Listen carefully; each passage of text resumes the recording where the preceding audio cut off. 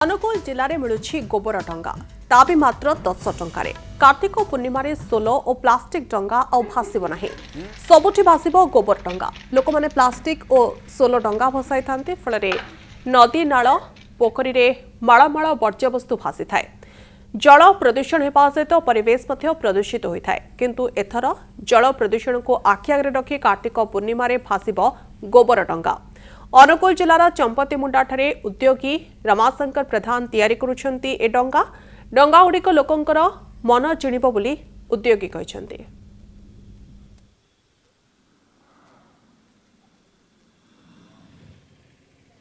Soul Jarir pollution संपूर्ण pollution एथरे ताहले सेकु soul जरी जी pollution एथरे तो किसी माने समस्ते बचे गाई मुख्य कहली देसी गाई भी बंचला गोबर देला किणा है जे गाई रखी सी भी चलला लोक भी कम कले कम पाइले जोड़ी भी बिक्री है सी भी पाइला जे भी पानी रे जो भसेले सी भी पानी चर जीव भी बंचिले खाद्य खाई गोबर खाद्य अलग पल्यूशन होता पानी रे जो जीव भी से मरी जाते कि भी प्रोब्लेम होता डंगा अल्प ए वर्ष 10-15 हजार जेहेतु गोबर डंगा गोमूत्र आ गोबर तैयारी होची बहुत हल्का पानी ऊपर भासीबो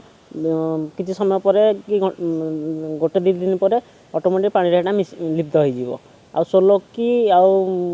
कदली भांग हेले से लिप्त होबोनी माछी मशा हेबे देह पई क्षतिकार पानी रे होतबा माछ भी देह पई क्षतिकार से माने मरि जिवे।